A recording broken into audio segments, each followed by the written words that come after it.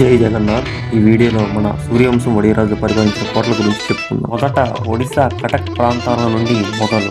కటక్ నుండి శ్రీకాకుళం, ద్రాక్షారామం, కొల్లేటికోట, కొండపల్లి, సింహాచలం, దగ్గుపల్లి, కొండవీడు, అద్దంకి, వినుకొండ, బెల్లంకొండ, ఉదయగిరి, అదోని, గుత్తి, చంద్రగిరి, రాజమండ్రి, హంపి, తిరుచనపల్లి, ఓరుగల్లు, దేవరకొండ, కంచి, గాంధారి కిల్లా, ఇలా కర్ణాటక, తమిళనాడు, తిరువనమలై, అరుణాచలం దాకా రాజ్యాలను కొల్లగొట్టుకుంటూ పరిపాలించారు. తమిళనాడులో ఉన్న వడియరాజులు పూరి జగన్నాథ్ రథయాత్ర లాగే ఇక్కడ ఉన్న వడియరాజులు కూడా ఘనంగా నిర్వహిస్తారు. దీనికి ఈవి వేలు మినిస్టర్ గారు పూర్తి మద్దతును తెలుపుతారు. సూర్యవంశం వడియరాజులు దాదాపు 1200 సంవత్సరాలు పరిపాలించారు.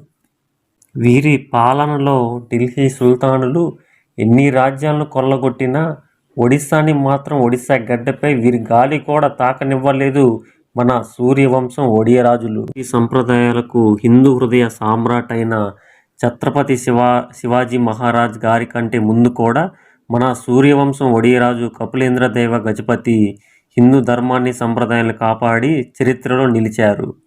ఇప్పటికీ రాయచోటి వీరభద్ర స్వామి ఆలయంలో మొట్టమొదటి ప్రసాదం వీరికే సొంతం.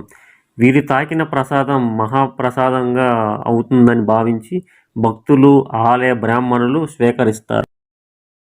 అలాగే కొల్లేటికోట శ్రీ పెద్దింట్లమ్మ తల్లి గుడిలో కూడా మొదటి ప్రాధాన్యత మన సూర్యవంశం వడియరాజులకే సొంతం. అలాగే కొందరు మేధావులు వీరు సూర్యవంశస్థుల అయితే ప్రూఫ్ ఏంటి అని కామెంట్ చేయటం ఇలాంటివి చేస్తున్నారు.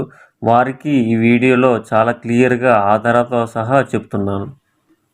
ఈ శాసనంలో మేము సూర్యవంశం ఓటర్ గజపతులమని, అలాగే మేము పూరి జగన్నాథుడి భక్తులమని, ఇలా కపిలేంద్ర దేవ గజపతి రాజు గారు రాపించిన శాసనాల ద్వారా సూర్యవంశస్థులవారని తెలుస్తుంది.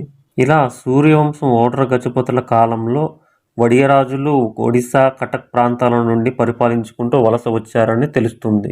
ఇలా గజపతి రాజుల కాలంలోనే ఒడ్డెరాజులు కవి సార్వభౌమ శ్రీనాథ మహాకవి గారిని శిక్షించడం జరిగింది.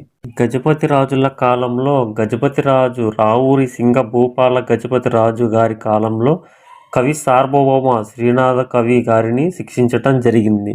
ఆ రావూరి సింగ భూపాల గజపతి రాజు గారి సంతతి చెందిన వారే ఇప్పుడున్న వడియరాజులందరూ. ఇలా వీరి చరిత్ర పురాణం మధ్యయుగం నుండే కాదు, సత్యయుగం నుంచి కూడా మనకి పురాణాల ద్వారా తెలుస్తుంది. పురాణాలలో వీరి ఇతిహాసాలు చాలా గొప్పగా ఉన్నాయి.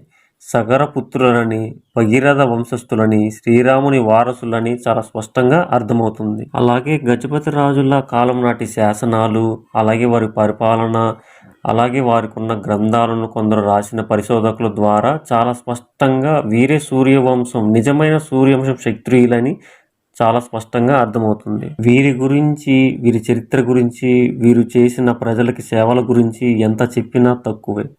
గంగమ్మను భూమిపైకి తీసుకొచ్చింది వీరే. గుడులు, బడులు, దేవాలయాలు, ఆనకట్టలు వేసింది వీళ్ళే.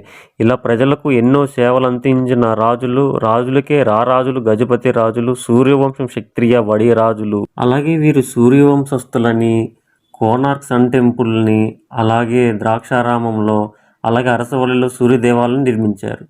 ఇలా సూర్యవంశస్థులు మేమే అని చెప్పుకుంటున్న రాజులు ఎవరు కూడా సూర్య భగవానుడికి గుడి కట్టినట్లుగా ఎక్కడ కూడా ఏ ఆధారం కూడా లేదు చరిత్రలో.